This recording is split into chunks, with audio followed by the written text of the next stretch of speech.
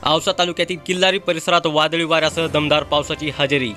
नमस्कार, Maharashtra police news 24 मध्ये तुम्हा सर्वांचं स्वागत। जाणून घेऊया आता सविस्तर माहिती। औसा तालुक्यातील किल्लारी परिसरातील सारणी, नंदुरगा, गोबाळ, दापेगाव, मंगरुळ, हसलगण, जवळगाव, पोमादेवी या भागात वादळी वाऱ्यासह पावसाने जोराचा तडाखा। दुपारी 2:20 येथे वादळाला सुरुवात झाली। जोराच्या वाऱ्यामुळे अनेकांची दाणादाण उडाली।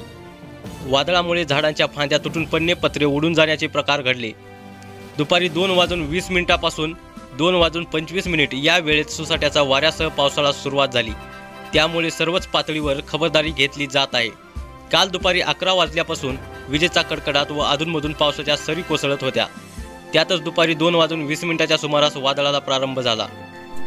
जोराच्या वादळी वाऱ्यामुळे रस्ते निर्मनुष्य झाले होते। वाऱ्याचा वेग प्रचंड वाढला होता। वाऱ्यामुळे झाडे मान पिळवटून जात होते। थांबून थांबून वाऱ्याचा तीव्र तडाखा जाणवत होता। वाऱ्याबरोबरच पावसाच्या सरी बरसत होत्या। काल दुपारी 3:25 वाजेपर्यंत वाऱ्याचा तांडव सुरूच होता। शेतकरी बळीराजाच्या शेतीचे नुकसान झाले असून शेतातील जनावरांचा चारा संपूर्ण शेतात पसरला आहे।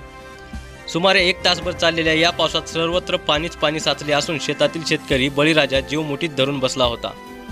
महाराष्ट्र पोलीस न्यूज 24 साठी औसा प्रतिनिधी अमर जाधव।